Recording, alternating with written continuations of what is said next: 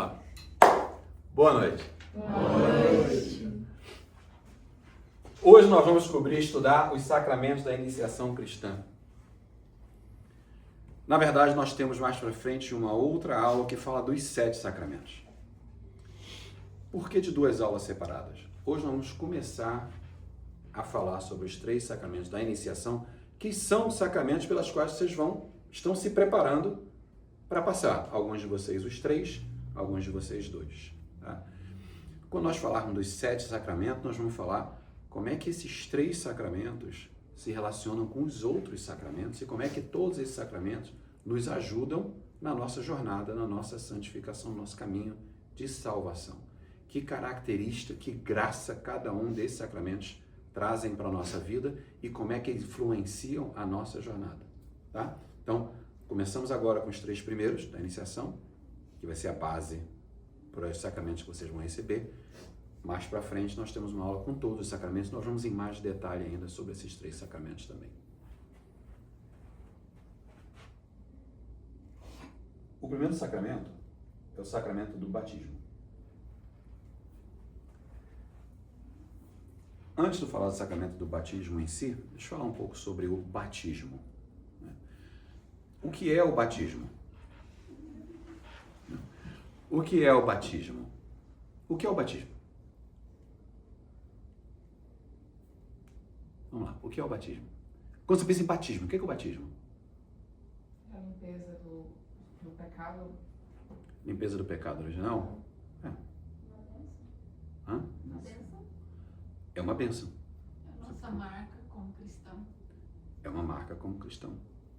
Todos eles estão certos. É isso. O batismo é a primeira etapa no seu caminho da salvação. Primeira. Não vou dizer que é o primeiro momento, porque nós já vimos aqui que o primeiro momento é o querigma. O batismo, primeiro, retira de você o pecado original. Então existe um processo, existe uma purificação com a ação do batismo.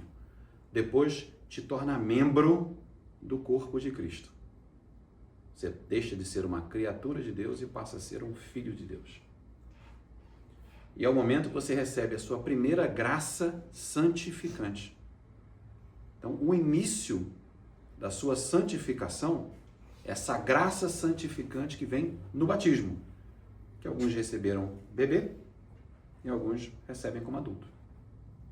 Mas é aquele primeiro momento em que você começa a andar com a tua salvação, agora apoiado sobre a graça do Espírito Santo. O batismo em si, o ato, ele tem vários símbolos, como está na tela. O primeiro dos símbolos é a água. A água é o símbolo mais óbvio do batismo, né? Quando o padre joga a água, ou quando a pessoa é mergulhada. O que significa a pessoa ser mergulhada? É um aspecto interessante do ritual quando isso acontece. Porque lembra que o batismo, na verdade, é a morte do seu velho eu. E é o nascimento do seu novo eu sob Cristo, por Cristo, em Cristo, com Cristo. Então a cerimônia em que você é submerso ou submersa na água e se levanta é a morte na submersão e é o renascimento na elevação. Você morre com o seu antigo e você renasce em Cristo, santificado pela água, que é santificação e purificação. Essa é a água. Temos também na cerimônia do batismo a vela. O que é a vela? A vela é a luz de Cristo. Que agora que você começa o seu caminho da salvação, lembra que nós conversamos bastante sobre parte do nosso crescimento numa vida de oração, é que nós nos tornemos testemunhos de vida. Então, a luz, a vela no batismo é a luz de Cristo, para que você seja a luz de Cristo para os outros na sua vida. Para que você seja um ponto de orientação pelo seu testemunho, pelas suas ações. A luz de Cristo vem pela vela. É a iluminação e a luz de Cristo. No batismo, você recebe a unção com o óleo batismal. O óleo batismal representa a força e a proteção de Cristo. Essa tradição é antiquíssima. Que é esse momento que ele está te protegendo e dizendo: estou contigo. É o Espírito Santo presente.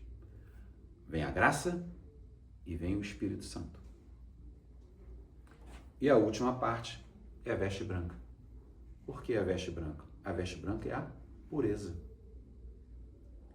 É a entrada na água com pecado, é a saída da água sem pecado. É o momento antes de derramar água com pecado, é o momento depois de derramar água sem o pecado. Então, é a purificação. E a água, a veste branca, traz a pureza e a dignidade da nova vida em Cristo. Essa é a característica da veste branca. Por isso, da veste branca. Então, eu acho lindo o simbolismo e a importância de cada detalhe em cada celebração. Nós falamos sobre muitos deles durante a missa, mas você vê, a missa batismal, o batismo, é uma celebração especial, assim como é a crisma. Tem atos especiais, específicos, por conta disso. Então, lá quando você vai fazer o batismo, você passa pela proclamação da palavra, tem textos especiais, específicos para o batismo, você passa pela bênção, você vai passar pela cerimônia da água, você passa por orações exorcistas. E lembra bem, você está sendo liberado dos pecados originais, mas agora você precisa ser protegido. Então, naquele momento, o padre faz orações exorcistas mesmo. Quer dizer, tem orações mais padrões. Tudo vai na linha de Deus Pai Todo-Poderoso, você que enviou seu Filho para tirar o pecado do mundo, afasta de nós Satanás. Entendeu? Retira Satanás, tire-os de nós. Então, as orações são nessa linha, um pedido de Deus Todo-Poderoso, retire daqui Satanás. Permita o início de uma vida santificada. E a partir daí, Deus nos deu outros sacramentos para nos ajudar na jornada. São os outros que nós vamos falar na outra aula. Tá? O batismo em si, ele é uma cerimônia bastante antiga. Não o batismo como nós conhecemos, mas o batismo em si. Lá, na época dos judeus, existia um ritual de purificação com a água. Mas era um ritual de purificação. Não existia o conceito de arrependimento, muito menos um conceito de salvação. Era purificação. Então... Era e é ainda, né? Era e é. Me purifiquei, estou puro, posso voltar a fazer o que eu tenho que fazer. Seja o que for, que eu não podia mais fazer, porque eu estava impuro, agora eu posso voltar a fazer. Eu tenho que ter me arrependido das coisas que eu fiz? Não. Eu estou purificado.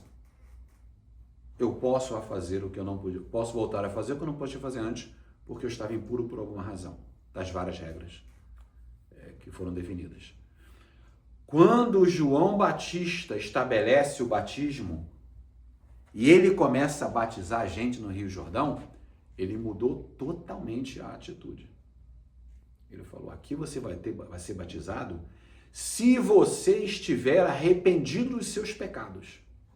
O batismo passou a ser uma cerimônia de arrependimento. Não bastava você se batizar. Você tinha que estar arrependido. Por quê? Porque o batismo era um ritual de preparação para a vinda do Messias. João Batista estabeleceu aquele batismo para preparar as pessoas para a vinda de Jesus. Que ele sabia que vinha. Era a missão dele. Ele sabia. Então, ele batizou todos. Inclusive Jesus. E ele já proclamava a vinda, né? Já proclamava. Agora, por que Jesus precisou ser batizado se ele não tinha pecado? Já pararam para pensar isso? É pela questão da comunidade, não? Questão assim, para Exemplo. ensinar o caminho. Exemplo? Porque para que todos parecer tipo humano mesmo em todas as condições. João Batista ainda fala que não é digno, né, de batizar ele. É. Essa é a parte. Para receber Vamos o lá. Espírito Santo. Ele é o Espírito Santo. Ele é o Pai, o Filho. Né? É porque às vezes tem umas perguntas óbvias, assim que fala, Mas essa é muito boa. Ainda cri, cri, cri, cri.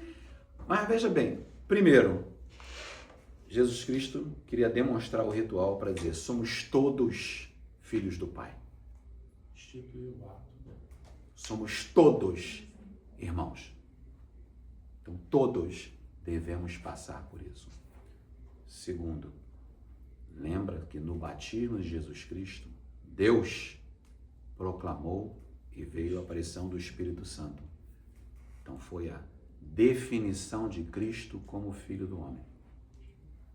Terceiro, e super importante, no que Jesus Cristo recebeu as águas do Rio Jordão, a água passou a ter um poder sacramental, porque foi a água que passou em Jesus. A partir desse dia, a água deixa de ser água. A água passa a ser instrumento de graça santificante. Por isso, a água, na cerimônia, traz a purificação e traz a primeira graça sacramental, porque foi isso que Jesus Cristo fez ao ser batizado no Rio Jordão. E a grande transformação do batismo. O batismo passou a ser o primeiro passo para a sua salvação. Ao arrependimento, ao perdão, à limpeza, ao renascimento, há a graça santificante e há a infusão dos dons do Espírito Santo. Nesse momento, sabendo que você vai ser perseguido, o Espírito Santo te alimenta de armas. Que armas? Vamos ter uma aula sobre os dons do Espírito Santo. Existe uma evolução dentro dos dons do Espírito Santo, mas dentre esses dons, ele te dá o perdão a Deus, ele te dá a piedade, ele te dá a ciência, ele te dá a fortaleza, ele te dá conselho, ele te dá o entendimento, ele te dá a sabedoria. Essa é a evolução dentro dos dons do Espírito Santo para o caminho da salvação. Mas ele é a primeira infusão dessas ferramentas que, através delas, você vai aprender a se afastar do mal e se aproximar do bem. Vai te trazer uma das virtudes que é o discernimento, né? O poder do discernimento, a fortaleza, o discernimento. Vamos falar sobre os vícios e aí nós vamos ver como os dons do Espírito Santo nos ajudam contra os vícios, que são os pecados capitais. Eu tenho uma pergunta. Quando que houve essa modificação? Porque na Igreja Católica a gente não mergulha mais as pessoas, né? Não depende da igreja. É? Depende da igreja. Ok. Porque eu só vejo mergulhar das igrejas protestantes. Normalmente, hoje em dia, grande parte das igrejas tem uma pia ou um poço batismal. Você não tem aquele poço Aqui eu todo. tenho uma... Eu nunca tinha visto igual tem aqui. Eu nunca vi, mas não é proibido. Eu já vi um vídeo de um padre que ele mergulha crianças e sai. É. E tira. Eu acho que é mais... Por exemplo, Hoje, aqui, por exemplo, há cerimônias que a pessoa que vai ser batizada, ela entra, o padre pega como um jarro joga. e joga de ponta, molha de cima a É baixo. quase um imersão. mergulho, né? Mas Não faz o mergulho, mas faz esse gesto de entrar Entra na parte na água. rasa ali embaixo e aí praticamente toma um banho. Já tem geralmente o padrinho do lado de fora com uma toalha para acolher.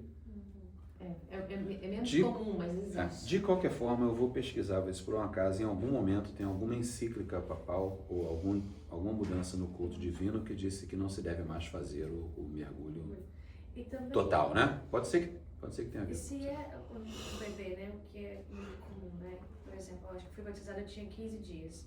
Então não tem a parte de arrependimento nem de perdão. Não precisa. Então, exato. Então depende também do estágio da vida que você está. Não, o perdão existe. Todos nós nascemos com pecado capital. Pecado Mas não o original. arrependimento. Pecado original, desculpa. Pecado original.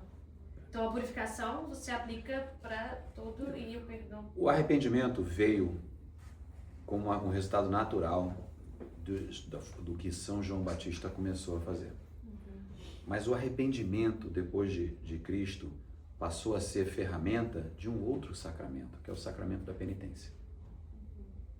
Então, O sacramento da penitência está lá para falar sobre arrependimento, porque você já foi liberado do pecado original e você vai pecar, então você vai viver o arrependimento como uma constância. Quanto mais você se arrepender, mais você se transforma. Quanto mais você reconhecer e houver uma contrição sincera, mais você se transforma. E o que a igreja fala em questão da seleção de padrinhos? E a quantidade de padrinhos? Aí você vai ver, existe uma flexibilização de igreja para igreja, de diocese para diocese. Tá? Mas o padrinho tem que fazer curso, o padrinho tem que estar preparado, o padrinho tem que entender a sua função. O padrinho está lá para garantir que a criança vai crescer dentro da doutrina da igreja católica, mesmo que os pais não o façam. É também no caso se os pais vierem a faltar. Se os pais vierem a faltar, mas se os pais vierem a faltar, não é só fisicamente, pode ser espiritualmente. Pode ser que os pais venham a faltar por ter decidido se afastar da igreja por alguma razão. Brigou com o padre ou sei lá, decidiu ir para outra igreja. Não necessariamente tem que ser um casal, tipo assim, marido e mulher. Não. Mas pede-se que seja um homem e uma mulher. É, um homem e uma mulher. E outra coisa, no Brasil tinha muito questão de consagração. Meus filhos foram Eu tô em madrinha de consagração, mas assim, eu não entendo muito, porque não é tão É comum consagrar a aqui. Maria, né? Mas aí você tem É diferente. consagração é diferente. Consagração não é um sacramento, é uma cerimônia. Sacramento é batismo. Tem essa distinção da Jesus. Então temos vários tipos de consagrações a santos, a Maria, né? E outras cerimônias. Dentro da renovação carismática você tem celebrações específicas. Dentro de grupos de louvor e oração, dentro de ordens dos franciscanos, dominicanos, você tem celebrações e consagrações específicas. Mas então não é feito durante o batismo? Não é feito durante... Não. A consagração é logo depois do batismo. É. O batismo é um ato sacramental específico. Tudo bem? Sim. No batizado dela e dos meus 2 outros filhos, no final do batizado, o padre foi, o padre Sérgio foi e perguntou a quem a gente queria consagrar. Consagraram, aí você faz os Nossa de batismos. Fátima, foi dela, do Lucas e da Catarina. Mas às vezes você dá para uma outra pessoa. Outra Então, é isso que pessoa, eu tô falando. Pode ser uma mulher só, um homem É. só, não precisa ser casal, não tem nada.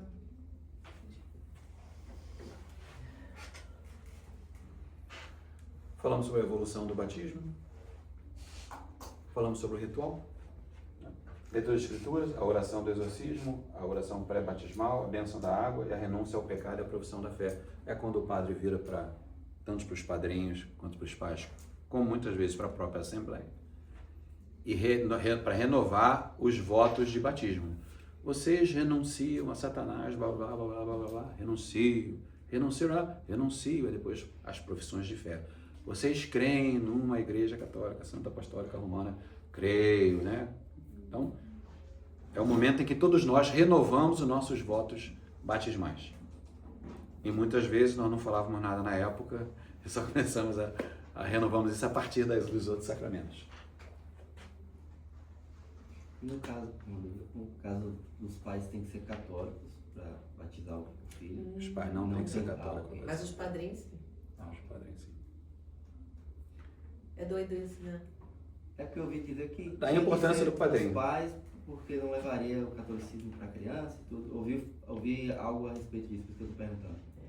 Eu fiquei na dúvida porque... Tem uma coisa interessante, veja bem. Você tem pais que não são católicos, mas os pais decidem batizar. que quer batizar o filho na igreja católica. A primeira pergunta tem que ser feita por quê? Vocês não acreditam na igreja a ponto de não fazerem parte? Por que eles querem batizar o filho? Mas essa pergunta não é para que eles decidam não batizar. É para ver se você consegue trazer os pais para a igreja, para a verdadeira fé. Então você tem a opção, não vou batizar porque os pais não são católicos, ou vou batizar com a esperança de que a jornada de fé do filho mostre a verdade para os pais.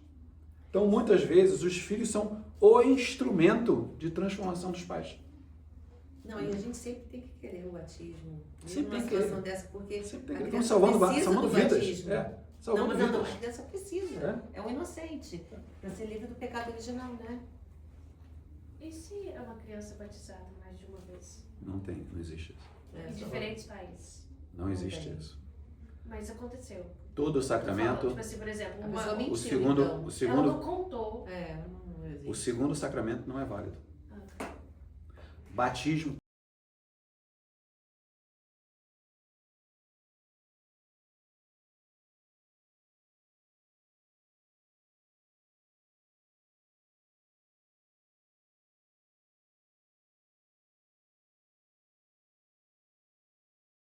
Não tinha dúvida.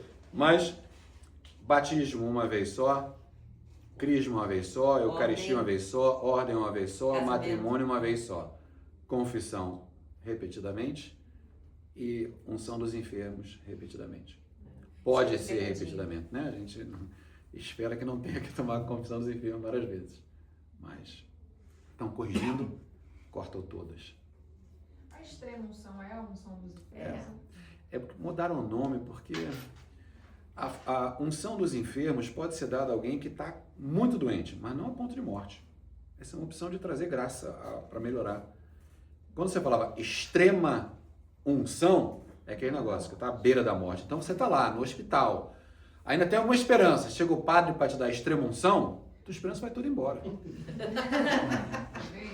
Né? É bem cena de filme, Porque né, vê, gente? vê mensagem que foi trazido a você. Não te contaram. Mas O padre está aqui. o padre está aqui para te dar a extrema unção. E para receber a unção dos enfermos, tem algum requisito de algum outro sacramento? Sim, né? Você tem que por poder, exemplo, porque você tem que eu vou comungar. fazer uma cirurgia em janeiro. Antes da cirurgia, eu gostaria de receber a unção dos enfermos, mas eu ainda não tenho primeira comunhão em Cristo. Você já entrou na fase do catecumenato. Você só não vai poder receber a hóstia. Existem várias ordens dentro da igreja. Existe a ordem dos catecúmenos. Os catecúmenos já fazem parte da família de Cristo. Então, por exemplo, se você falecesse, você poderia permitir uma missa, mesmo você não tendo recebido a primeira comunhão, a batismo, você já é um catecúmeno. Fim de semana passada, todos vocês deixaram o pré-catecumenato e entraram no catecumenato. A igreja decidiu não fazer o rito de boas-vindas, mas junto com o rito de iniciação, de entrada que seria dado para quem fazia o batismo, não tivemos nenhum caso na nossa sala, tinha também o rito das boas-vindas para quem já tem o batismo. Esse é o rito em que você passa do pré-catecumenato para o catecumenato. Como um catecúmeno, você já faz parte do corpo da ordem de Cristo. Agora uma dúvida que eu tenho. No caso que ela falou, tudo bem, não vai poder receber a hóstia, mas ela vai poder confessar? Porque parte da unção dos enfermos está a confissão. A confissão não. A confissão você pode fazer a qualquer momento. Você já pode, na verdade, a gente já conversa exatamente para motivar a participação em comunidade, trabalhar em pastorais. Isso aí já pode começar. Vocês estão nesse processo já. Agora, vocês não podem participar e viver toda a comunhão como os outros irmãos, mas vocês estão em processo. Mas essa questão que eu interessante, é verdade. A partir do fim de semana passado, vocês já fazem parte da ordem dos catecúmenos que têm direito a algumas coisas. Tem direito às mesmas coisas, não. Estão Vocês não- evoluindo, hein, gente? Estão melhorando. Vocês estão evoluindo. Então, só mais uma dúvida, Dó. Se a pessoa não tem batismo, nada disso, e aí tá para morrer, e ela pede uma unção dos enfermos, Você vai ser batizado dele na hora, vai ser possivelmente. batizado na outra. Qualquer pessoa pode batizar qualquer pessoa. Mas depois você tem que procurar um Se sacerdote. você está na beira da estrada, uma pessoa está para morrer e não é batizado, você pega qualquer líquido e você pode batizar. Em nome do Pai, do Filho e do Espírito Santo, eu te batizo. Aquela pessoa está batizada. Se ela morrer, ela morre com batismo. Mas se ela não morrer, aí você tem que procura procurar um padre. É, eu já Porque aí vi tem que esse fazer ano a com confirmação. água benta no É. carro, né, pelo jeito. Tem que fazer. Então, o batismo é esse ato de dizer, eu te entrego em nome do Pai, do Filho e do Espírito Santo. Tanto é que o meu batismo protestante foi reconhecido. Porque a fórmula foi com água e em nome do Pai, do Filho e do Espírito Santo.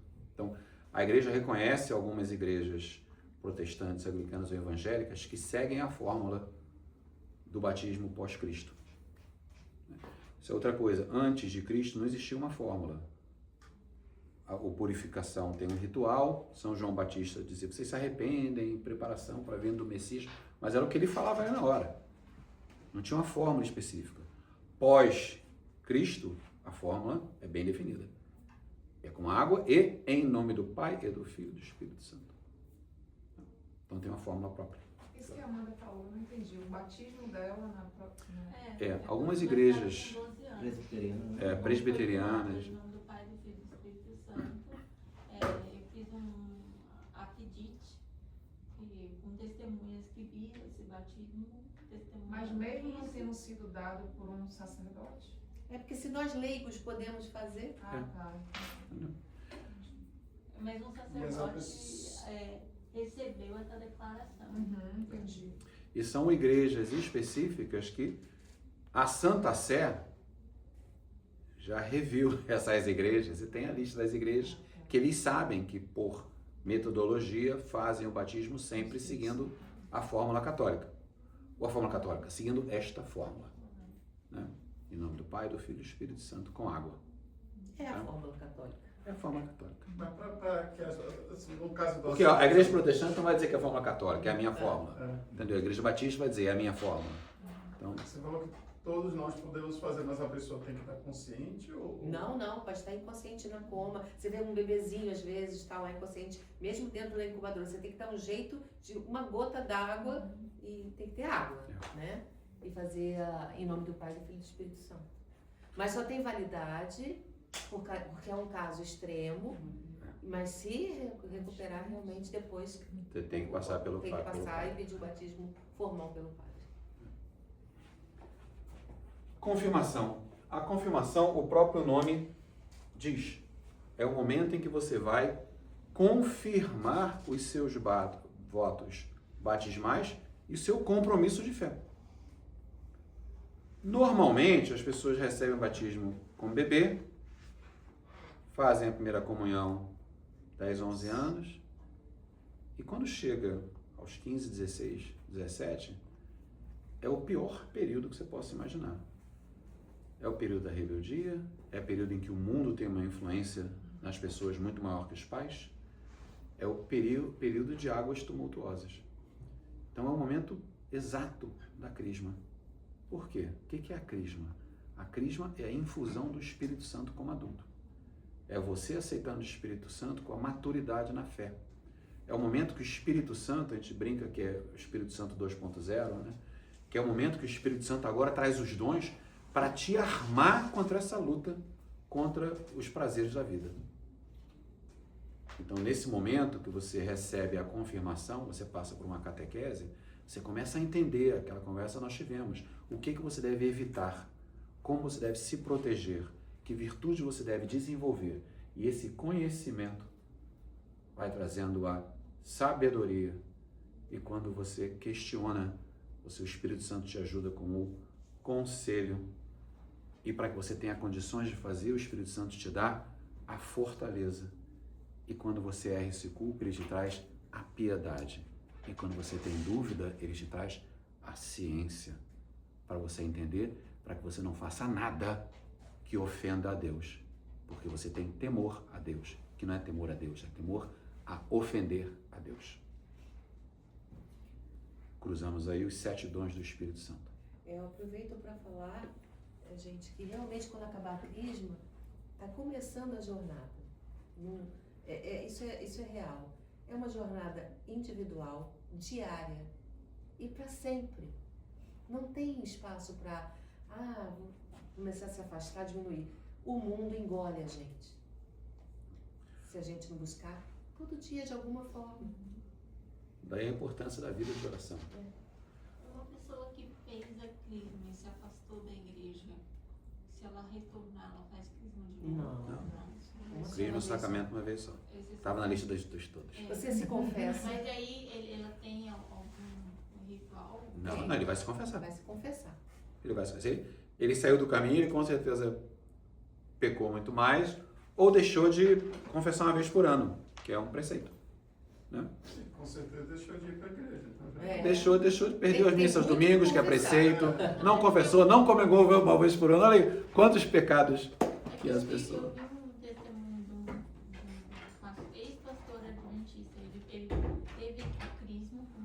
católico como adolescente, depois ele foi pastor batista, pastor adventista. Quando ele voltou para a igreja católica, teve um ritual de recebimento na igreja. Não existe isso não.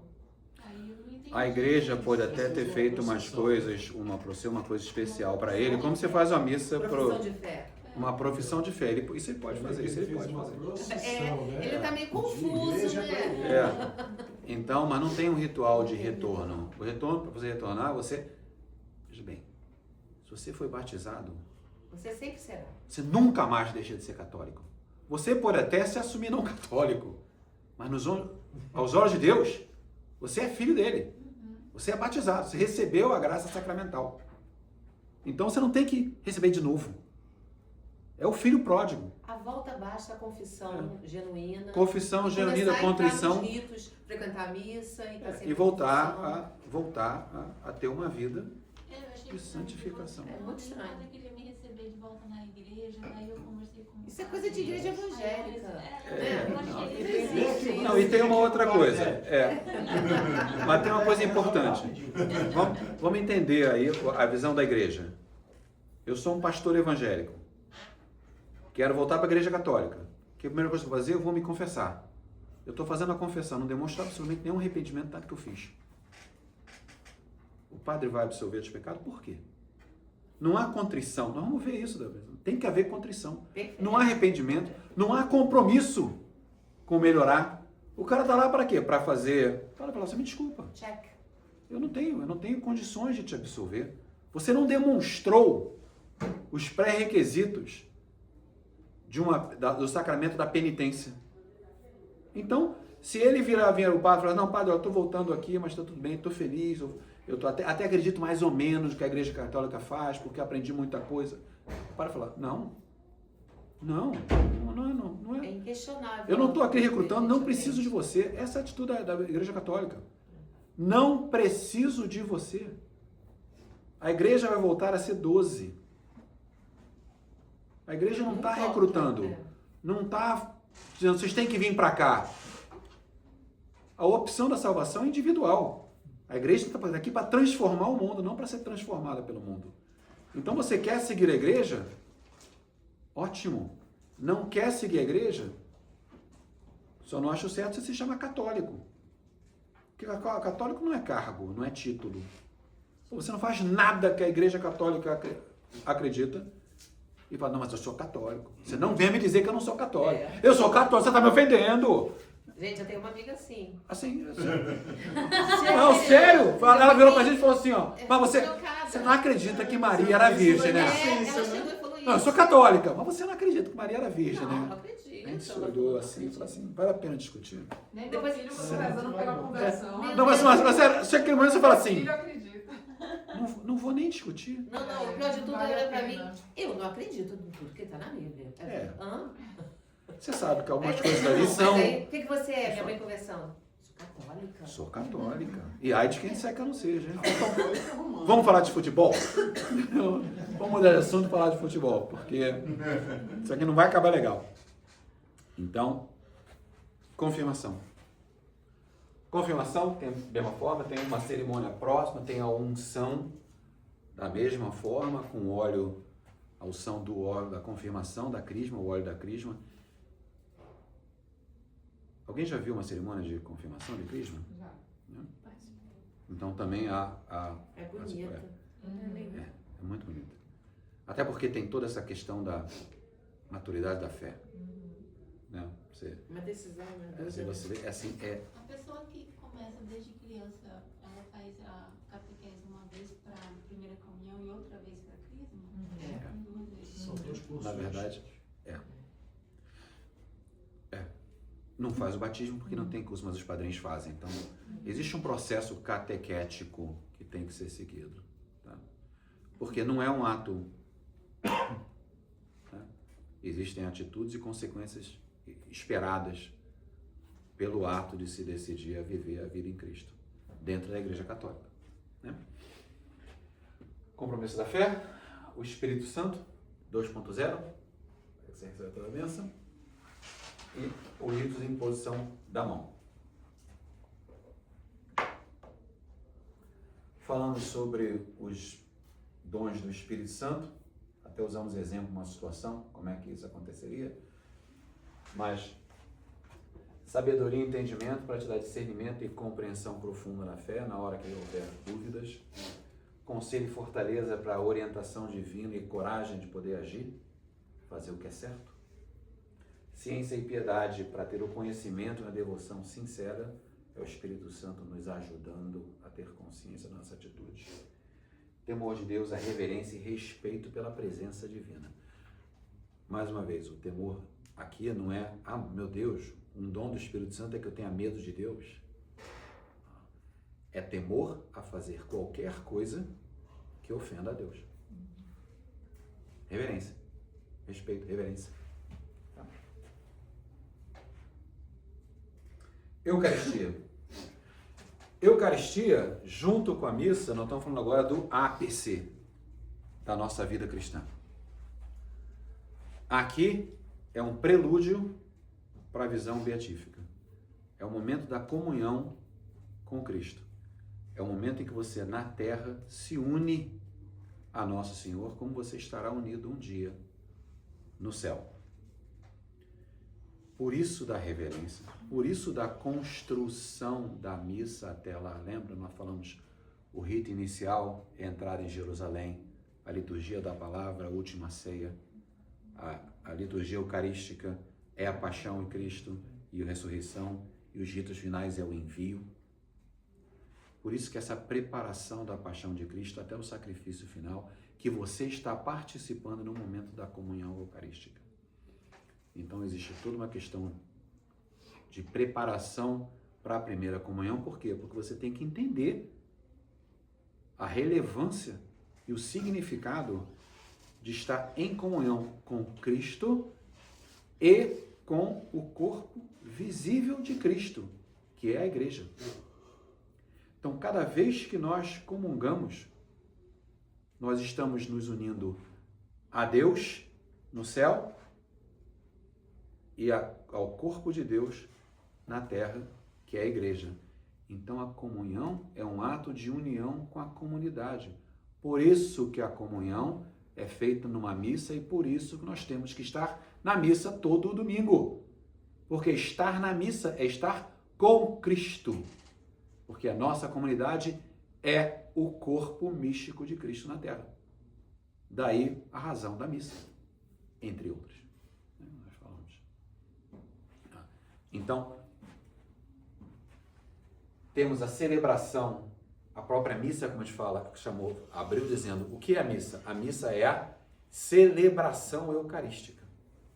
É a preparação para a comunhão, para viver Cristo na paixão, na morte, na ressurreição, através do missal. É um momento que, após isso, nós falamos sobre a consagração, o momento da transubstanciação, né? Que o padre levanta, tomai e comei, e é o momento da transubstanciação. Neste momento, o sacerdote está in Christi. Significa que ele é Cristo. Por que que ele é Cristo naquele momento? Porque o padre humano não é capaz de transformar o pão em corpo de Cristo, nem o vinho em sangue de Cristo. Só Cristo.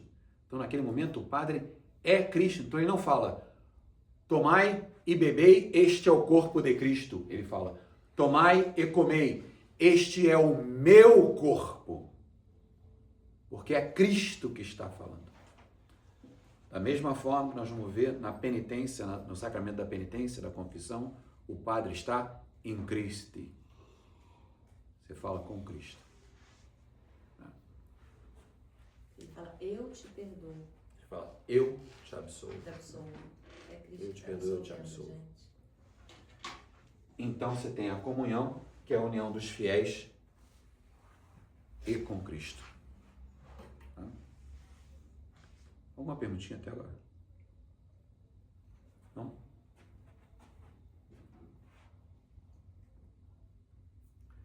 A participação na Eucaristia, acima de tudo, nos traz graça santificante todo domingo.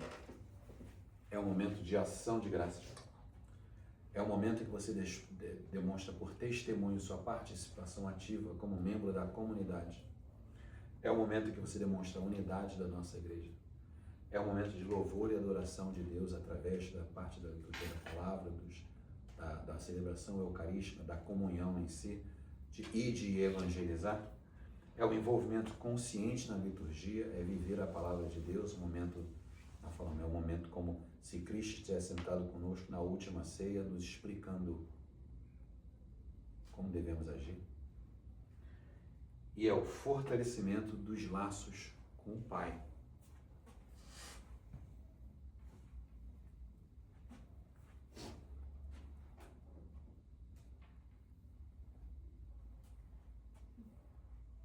Temos 5 minutos. Não,